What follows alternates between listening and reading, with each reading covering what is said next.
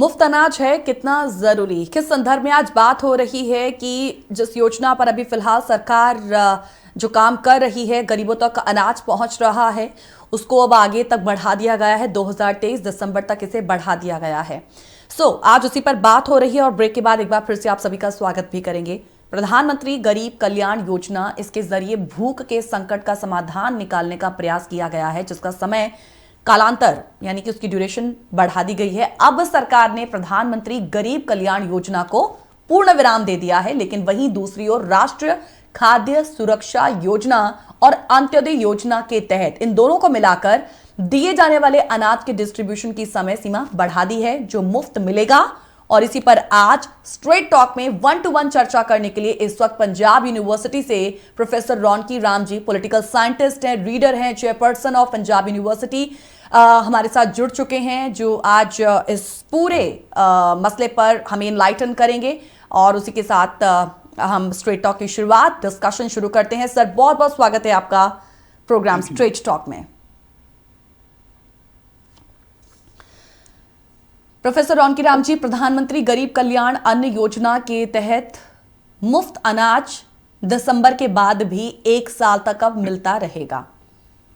कथित गरीबों के लिए एक और सुखद खबर है ये कि राष्ट्रीय खाद्य सुरक्षा कानून के तहत जो अभी 2 रुपए 3 रुपए में मिला करता था अनाज, अब वो तो मुफ्त मिला करेगा। अब सबसे पहले तो मैं आपसे ये समझना चाहती हूं कि ये जो फैसला सरकार की ओर से लिया गया है, इस पर आप क्या कहेंगे? हम लिए गए इस फैसले के क्या मायने निकालें, क्योंकि खुशी एक तरफ है गरीबों में। उदय जी, इसमें एक दो बातें क्लियर हो जानी चाहिए। वो ये है कि ये जो नेशनल फूड सिक्योरिटी एक्ट के तहत पहले जो राहत मिलती थी, तो उसके बाद 2020 के बाद प्रधानमंत्री गरीब अन्न योजना के तहत जो राहत मिलती थी, वो इसलिए मिली थी प्रधानमंत्री गरीब अन्न कल्याण योजना के बाद, वो इसलिए थी क्योंकि उस टाइम बहुत मुश्किल आई थी आफ्टर लॉकडाउन, जो ये कोरोना की वजह से लगाना पड़ा था। बहुत फैमिलीज का बिजनेस जो है तहस नहस हुआ था, लोगों में दिक्कत थी। तो उस वक्त प्रधानमंत्री जो योजना है, प्रधानमंत्री गरीब कल्याण अन्न योजना, जो शुरू की गई थी, वो योजना सितंबर तक थी। सितंबर से बढ़ाकर फिर वो अभी दिसंबर तक की है। लेकिन उसके बाद वो योजना जो हमारा जो नेशनल फूड सिक्योरिटी एक्ट है, उसके सब्ज्यूम्ड हो गई है, उसमें मिला दी गई। ठीक है, तो वो प्रधानमंत्री जो योजना है, प्रधानमंत्री गरीब कल्याण अन्न योजना, वो 31 दिसंबर तक ही है, जो पहले सितंबर तक थी, फिर सितंबर के बाद फिर बढ़ाई गई थी। ठीक, तो ये नंबर 1। नंबर 2, इस वक्त जो आपने बताया कि अन्न योजना और ये नेशनल फूड सिक्योरिटी एक्ट ये लागू रहेगा, उसमें फर्क क्या है? पहले जो होता था कि जो कनक थी वो पर केजी 2 रुपीज और जो चावल थे वो 3 रुपीज ये दिए जाते थे।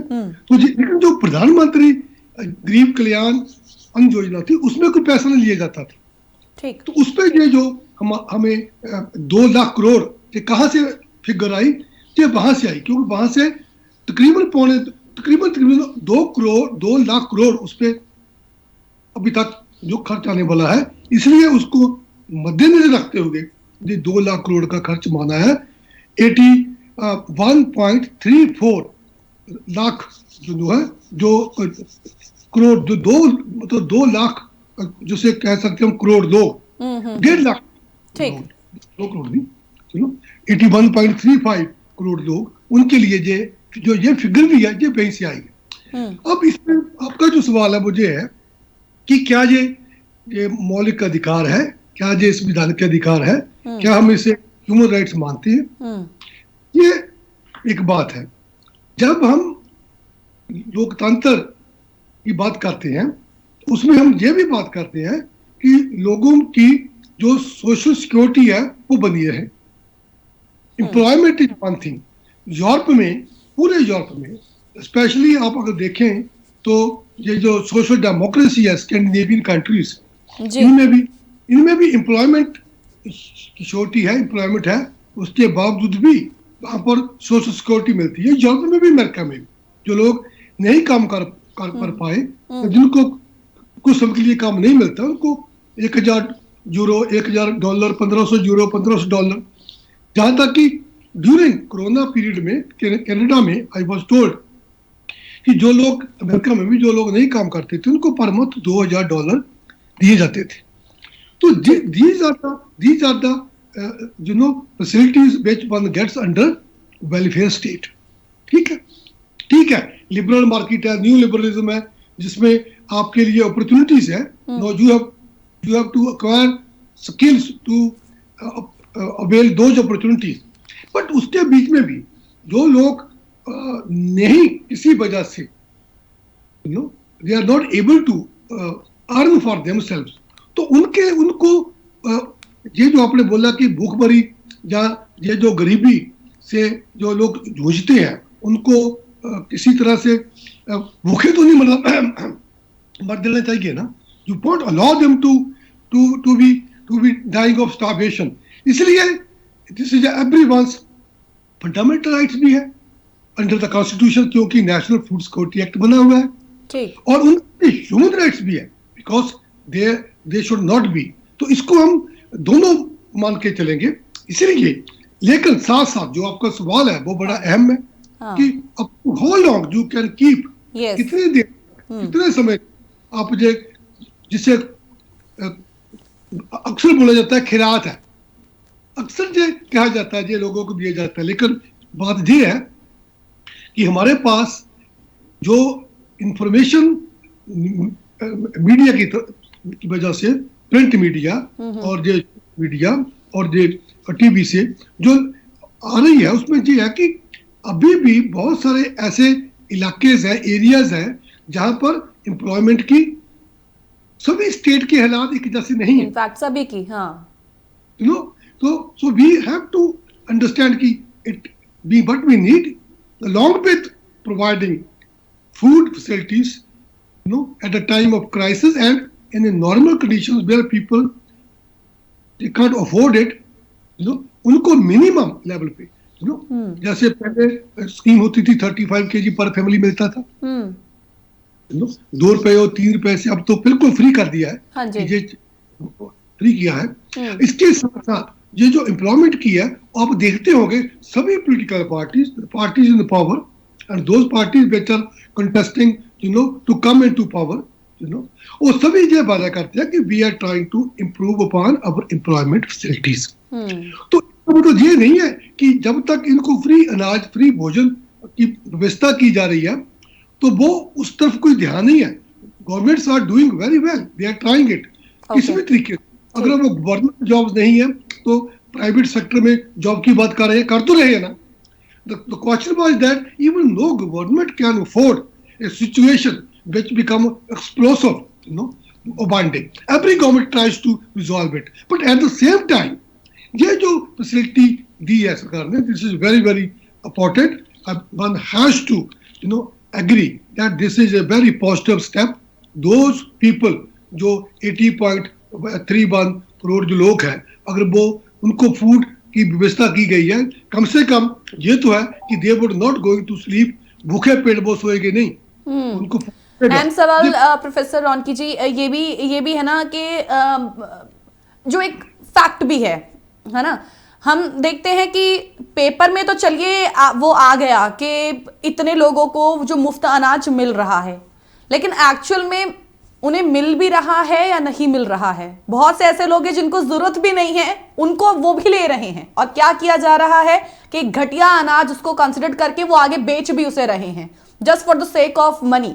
दिस इज द रियलिटी, और ये बहुत समय से हो रहा है। मैं चाहूंगी कि आप इस पर भी थोड़ा सा प्रकाश डालें कि इस चीज को पहले सुधारने की भी तो जरूरत है ना, कि आप पेपर में तो कह रहे हैं कि इतने लोगों को मिले, लेकिन वो आके मिल भी रहा है। हम इस पर भी आपसे सवाल का जवाब आपसे जरूर लेंगे। प्रोफेसर साहब, एक छोटे से ब्रेक के लिए यहाँ पे पहले रुक लेते हैं, उसके बाद चर्चा को आगे भी जारी रखेंगे। छोटा सा ब्रेक, तुरंत लौटेंगे।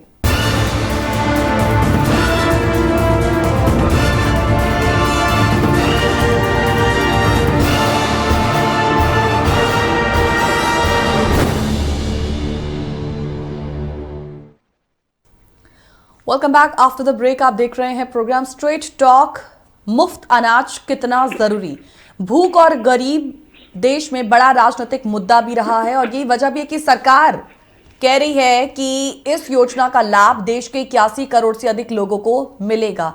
ये अब तक कितना मिलता आया है और कितना मिलेगा, इसी पर आज चर्चा भी, और साथ ही साथ ये भी बात कर रहे हैं कि मुफ्त अनाज आखिर कब तक है। प्रोफेसर रौनकी राम जी इस वक्त हमारे साथ जुड़े हुए हैं। सर, एक बार फिर से आपका स्वागत करते हैं। एक सवाल मैंने आपसे बड़ा जायज सा किया था, जो कि सच्चाई भी है। एक कॉलर प्रोफेसर रौनकी जी हमारे साथ जुड़े हुए हैं, पहले उन्हें सुन लेते हैं, उनका आज के इस मसले पर क्या कहना है, और उसके बाद चर्चा को आपके साथ आगे बढ़ाएंगे।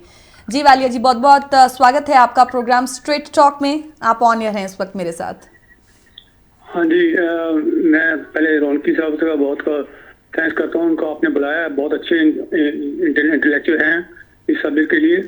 और मैं ये बात कहना चाहता हूँ कि चलो ये कर रहे हैं, सिर्फ कागजी कार्रवाई होगी, जो पैसे देने हैं, जहाँ अनाज देना है।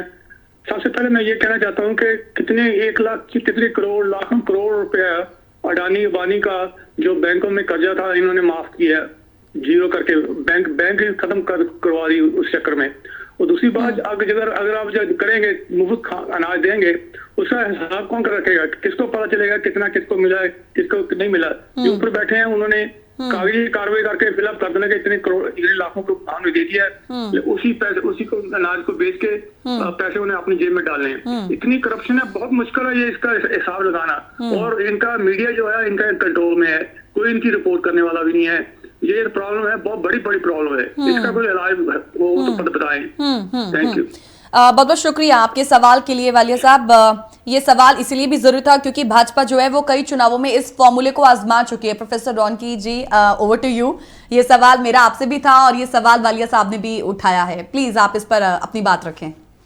उदय जी, देखिए, ये दो मुद्दे हैं जो आपस में रल रहे हैं। एक तो मुद्दा है कि लोगों को फूड मुहैया करवाना। हाँ जी। दूसरा मुद्दा है कि जो संस्थाएं इसमें एक्टिव होगी लोगों तक फूड पहुंचाने की, उनकी जो कार्य करनी है, जो उनका फंक्शन है, उनकी हाउ दे परफॉर्म इट, ये बड़ी इंपॉर्टेंट बात है कि this very act of doing the job honestly and sincerely, ये अकेला फूड डिस्ट्रीब्यूशन के ही अदारे में नहीं है।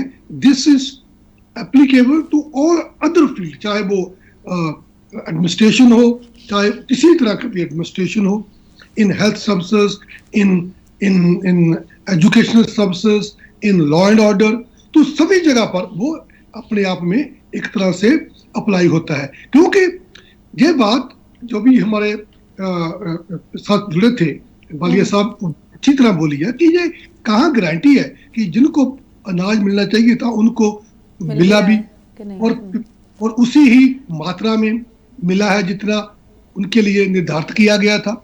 और दूसरा, वो जो अनाज उनको मुहैया करवाया गया है उसकी जो क्वालिटी है वो ठीक है, गला सड़ा तो नहीं। तो all the things are they come under the government, different departments. तो उसमें यह जरूरी है कि जो गांव के लेवल तक, ब्लॉक के लेवल तक, डिस्ट्रिक्ट के लेवल तक और स्टेट के लेवल तक जो सरकारें इन्वॉल्व हैं, जिन लोगों ने वो फैमिलीज को चुनना है, there are provisions through which you try to identify. ये जो 80.31 जो एग्जैक्ट नंबर है, आपको बता देता हूँ मैं, मेरे पास मैंने वो डाटा लिया है। हाँ, 81.35 करोड़। हाँ जी सर, 81 करोड़। हाँ जी, 81 करोड़ 35 लाख लोग हैं, ये उनको आइडेंटिफाई करना है। You have to find them. अब उसमें बहुत सारी जो जिम्मेवारी है वो किसकी जिम्मेवारी है? That corruption is not only from the one side, corruption is also when the, जब हम सिविल सोसाइटी में एक बात अच्छी तरह नहीं कर पाते, वो कैसे कि लोग जो हैं, इलेक्टोरेट्स जो हैं, उनको मौका मिलता है time by time, every 5 years, अगर पहले इलेक्शन हो जाती है उससे पहले भी, to exercise your vote intelligently, honestly. मत का दान कर रहे हैं, मतदान है, मतदान because they are giving the thought to somebody else to act on their behalf. तो नो वो लोग कैसे अपनी मत यूज करते हैं कि जो लोग उनको रिप्रेजेंट करें वो ऑनेस्टली अपनी ड्यूटी परफॉर्म करें। और समाज में किस लेवल तक हमारी ये जो अब देखेंगे आप यूएस की बात करेंगे कैसे जो बिडेन ने जब वो एक अफ्रीकन अमेरिकन की डेथ हुई थी ड्यूरिंग नो सम क्राइसिस, तो वो कैसे उसके गर्दन पे गोड्डा रखा हुआ था। हाँ, जॉर्ज फ्लॉयड की आप बात कर रहे हैं। हाँ जी, अच्छा, हाँ जी। How the president of America, Joe Biden, to his child, and he kneeled on his knees and to feel for that. That shows how much a civil society is strong. तो ये जो चीज है कि सही लोगों को अनाज मिल रहा है, सही अनाज पहुंच रहा है और ये पैसा किसी के खाते में नहीं जा रहा है, this will only become possible if you have a conscious citizens. Simple citizen नहीं, conscious and intelligent citizens. Citizens always at watch वो होना चाहिए। ये नहीं कि हमारा काम था जाना पूल पे जाके वोट डाल देना, हम करेंगे। So if that possible कि nobody can dare to befool the people, ये लोग, पर अगर ये ऐसा है कि वहां पर कॉन्शियस डिसीजन नहीं है लोकतंत्र का, तो ये हमें जैसे हमारे रेनेसांस थिंकर्स थे और अरविंदो जी थे, टैगोर साहब थे, विद्यापति थे, मधुसूदन थे, जो लोग राम हो रहे थे। उसके बाद हमारे पास जवाहरलाल नेहरू, पटेल, महात्मा गांधी जी, वाशिंगटन बोस थे। सेकंड थी लीडरशिप, जो पहली लीडरशिप थी रेनेसांस की in the early late 19 early 20th century, उनका ये मानना था कि देश में आजादी तब आएगी जब वी वुड बिकम कॉन्शियस। तब शुरू हुआ था राजा राम मोहन राय की तरफ से, जिसे कहते हैं ब्रह्मो समाज। कब क्या मूवमेंट हुई थी उस वक्त, ये एकदम आजादी की बात नहीं हुई थी, उस वक्त हुई थी समाज में कैसे हम औरतों की बराबरता की बात करें, कैसे हम जात पात को खत्म करें, कैसे हम ऊंच नीच को खत्म करें, आपको याद हो, आपने स्कूल में पढ़ा होगा, कॉलेज में पढ़ा होगा कि कैसे स्त्री के लिए इतना बड़ा अभियान चला था। जी बिल्कुल। तक राजा राम मोहन राय प्रीवी काउंसिल तक केस लड़ा था। तो 1829 में विलियम बेंटिक के माध्यम से जो सती का उसको बैन किया गया। तो ये जो मूवमेंट थी क्यों थी?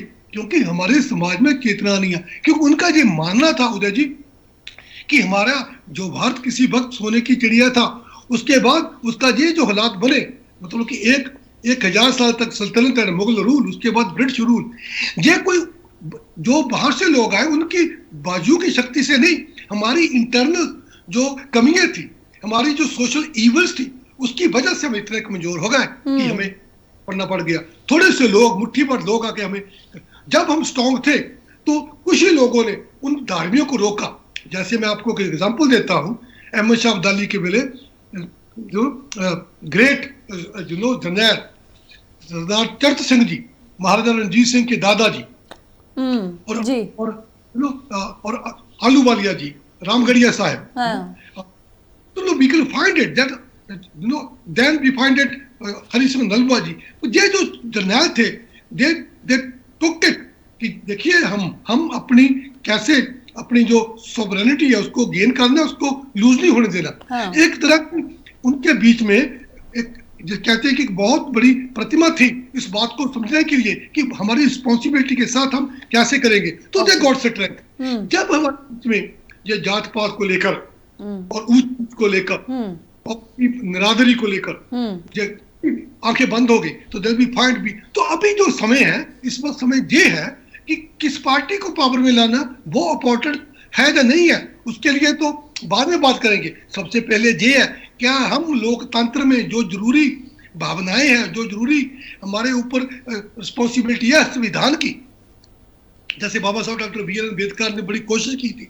उसने क्या बोला था उदय जी कि जब तक सामाजिक बराबरी, जब तक आर्थिक बराबरी नहीं आ जाती, ये जो राजनीतिक आजादी है ये अधूरी रहेगी। बिल्कुल, हाँ जी। यही शहीद भगत सिंह ने बोला कि हमारी आजादी की लड़ाई सिर्फ अंग्रेजों से मुक्ति पाने से खत्म नहीं होगी, हमारी वो आर्थिक समानता भी लाना जरूरी है। तो ये जो आप बात कर रहे हैं, बालिया साहब ने बात किया, आपने बात किया, क्या ये कानून बना है? देखिए कानून में तो कोई कमी नहीं है। कानून जो लोग एम्प्लॉयमेंट की व्यवस्था उनके पास नहीं है, उनको भूखे सोना नहीं दिया जाएगा। बिल्कुल, उनका फंडामेंटल you're right. ठीक है, संवैधानिक अधिकार, हाँ। उनका मौलिक अधिकार का, लेकिन साथ साथ इस प्रोसेस को पूरी तरह बनाने के लिए कहीं ना कहीं सिविल सोसाइटी का भी काम बनता है। ओके, नहीं बिल्कुल, इंडीड, दैट्स राइट। एक हम सवाल ये भी है ना कि हम अभी लगातार रौनकी राम जी गरीबी की बात कर रहे हैं, हम बेरोजगारी की बात कर रहे हैं, लेकिन अगर जब हम इन योजनाओं की साथ साथ बात करते हैं which is actually social security जो मिलनी भी चाहिए हर देश में, हर एक तबके को मिलनी चाहिए, लेकिन उसके साथ साथ लेकिन हम इसको एक वैकल्पिक समाधान भी तो नहीं ना कह सकते हैं बेरोजगारी का या फिर भुखमरी का या फिर गरीबी का। मैं इस पर भी आपसे जो है वो जवाब जरूर लूंगी। एक और छोटे से ब्रेक के लिए रुकेंगे, यहां पर तुरंत लौटेंगे स्ट्रेट टॉक में।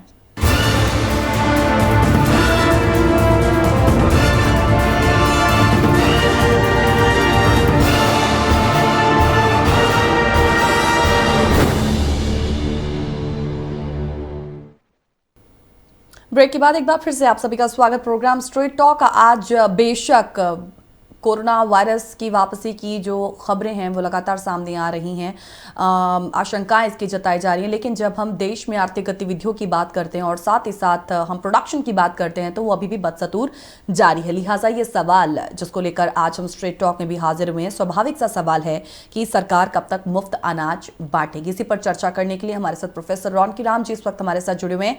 सर, एक बार फिर से आपका स्वागत करते हैं प्रोग्राम में। सर, कमोबेश ये जो मैं सवाल ब्रेक में जाने से पहले से भी आप करी थी, हालांकि मुफ्त अनाज ये क्यों ज़रूरी है, कितना ज़रूरी है, इसको लेकर आपने काफ़ी कुछ जो बातें हैं ऑलमोस्ट क्लियर कर दी हैं, लेकिन एक सवाल तो फिर ये भी बनता है ना कि जब हम भुखमरी गरीबी की बात जो हम शुरुआत से लेकर एंड तक अभी कर रहे हैं, इसका वैकल्पिक समाधान भी ये योजनाएं तो नहीं है? ये तो बिल्कुल इसमें कोई दो राय नहीं है। ये जो योजनाएं है उसका परमानेंट सोल्यूशन नहीं है। हाँ जी, नो डाउट।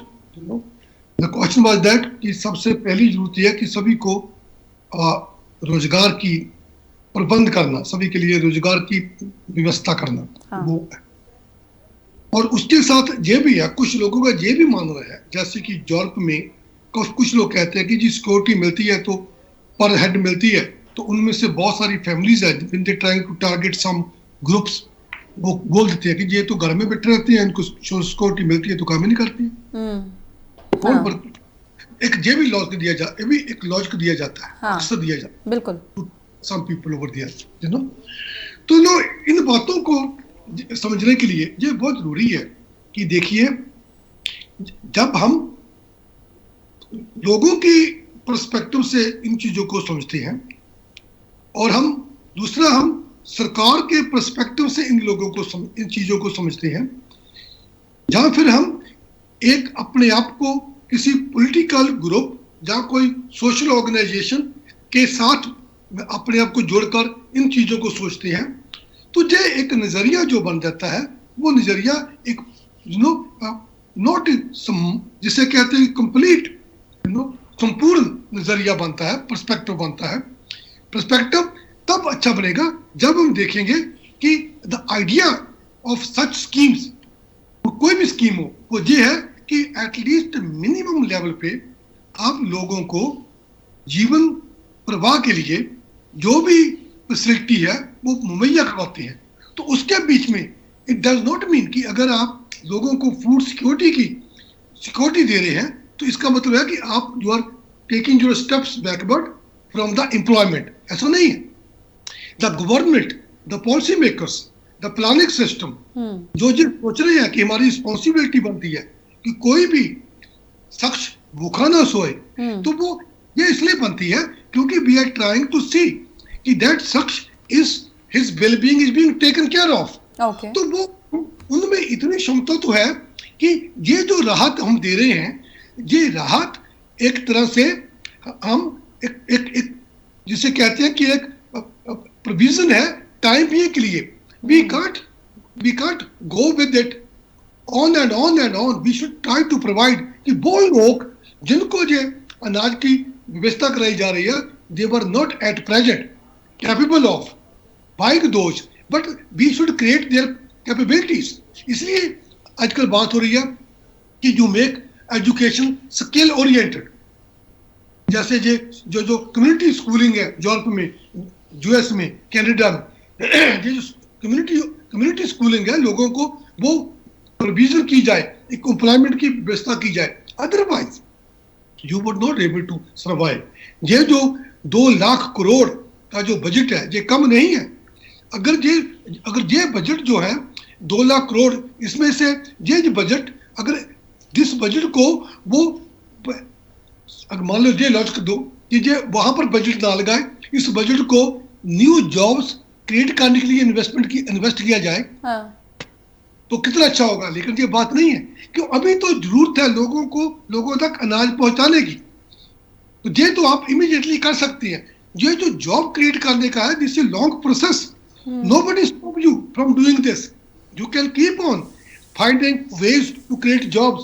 तो जब तक वो सरकारें जो ये व्यवस्था कर रही हैं, जब तक वो एक एम्प्लॉयमेंट की फैसिलिटी क्रिएट करके, बात तब बनती है कि ये जो योजनाएं हैं ये तब सक्सेसफुल होगी, क्योंकि every year you will find कि द नंबर ऑफ पीपल, ये फ्री अनाज लेने वाले हैं, उनकी संख्या कम होती जाए।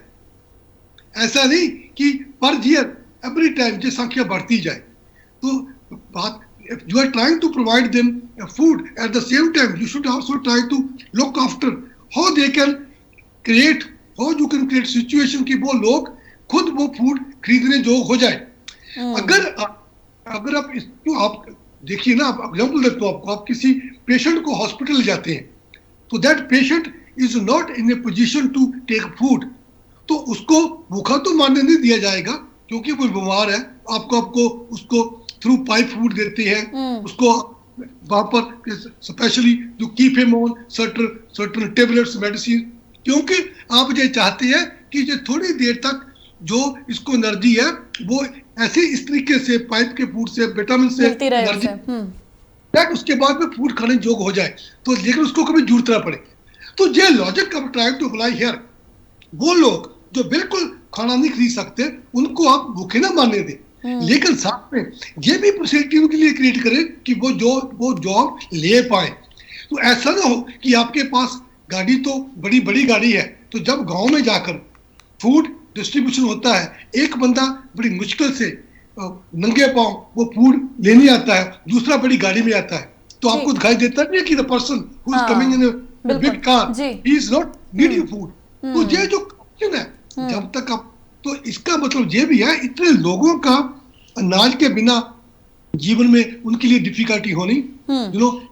80.35 जो करोड़ लोग हैं, इन्हें के जो शो करता है कि हमारे 81.35 करोड़ लोग जो शो करता है कि हमारे समाज में कहीं ना कहीं कुछ कमियां बहुत है। तो we have to find it, corruption and such difficulties जो लोग फेस कर रहे हैं, इनका सीधा एक रिलेशन है, they are directly related. So question करनी पड़ेगी उसी ही क्षमता के साथ, उसी ही कमिटमेंट के साथ कि हम एक तो करप्शन को कंट्रोल करें, ताकि सही अनाज लोगों तक पहुंच पाए, वो विवाद न हो पाए, और वो जो लोग अनाज ले रहे हैं वो बाकिया ही गरीब लोग हैं। प्रधानमंत्री गरीब कल्याण जो योजना का पहले बात थी, अभी वो food security, national food security act है, अंत्योदय अन्न योजना है, उसके बीच आती, वो बिल्कुल सही है। तो ऐसा कर, तो मेरा ख्याल है ये जो कानून बना है ये बहुत ही इम्पोर्टेंट है। उन लोगों को कम से कम भूखे नहीं सोना पड़ेगा, इसलिए मुफ्त अनाज भी जरूरी है। बहुत बहुत शुक्रिया प्रोफेसर रौनकी राम जी हमारे साथ जुड़ने के लिए, इन तमाम सवालों पर प्रकाश डालने के लिए, चर्चा में हिस्सा लेने के लिए बहुत बहुत शुक्रिया सर आपका। प्रोफेसर रौनकी राम जी हमारे साथ जुड़े हुए थे। मुफ्त अनाज क्यों और कितना ज़रूरी है, जिसको लेकर उन्होंने अपनी आज बात रखी है। कुछ चीज़ें काफ़ी कुछ क्लियर हो गई हैं, लेकिन उसके साथ साथ हकीकत देखिए ना, ये भी है जिसका जिक्र हालांकि उनकी ओर से भी हुआ है कि कोरोना संकट के चलते लगाए गए प्रतिबंध और अन्य कारणों से देश में जो रोजगार संकट पैदा हुआ वो अभी कोरोना पूर्व की अवस्था में नहीं पहुंचा है। देश में बेरोजगारी की दर बढ़ी हुई है, फिर कोरोना संकट को लेकर नई आशंकाएं जन्म ले रही है। ऐसे में गरीबी की रेखा से नीचे पहुंचे लोगों को संबल देना जरूरी था, और वो भी तब जब वर्ल्ड हंगर इंडेक्स में भारत की स्थिति बहुत बुरी है। दूसरी ओर हकीकत यह भी है कि सरकार रूस यूक्रेन युद्ध, मंदी के प्रभाव से आर्थिक चुनौती का सामना भी कर रही है। ऐसे में आधी से अधिक आबादी को मुफ्त अनाज लंबे समय तक उपलब्ध करा पाना कैसा होगा, क्या मुश्किल नहीं होगा? ये तमाम सवाल जो हैं अभी भविष्य के गर्भ में भी कहीं ना कहीं छुपे हुए हैं, लेकिन हम चाहेंगे कि आप इस पर अपनी जो टीका टिप्पणी है, जो फीडबैक है, हमें ज़रूर दें आज के इस विषय को लेकर info@justbroadcasting.com या फिर geet@justbroadcasting.com पर। आप दोनों पर भी अपना फीडबैक हमें दे सकते हैं। इसी के साथ इजाजत लेंगे। आज के स्ट्रेट टॉक में इतना ही। कल एक नए विषय के साथ आप सभी के सामने होंगे रूबरू। नमस्कार।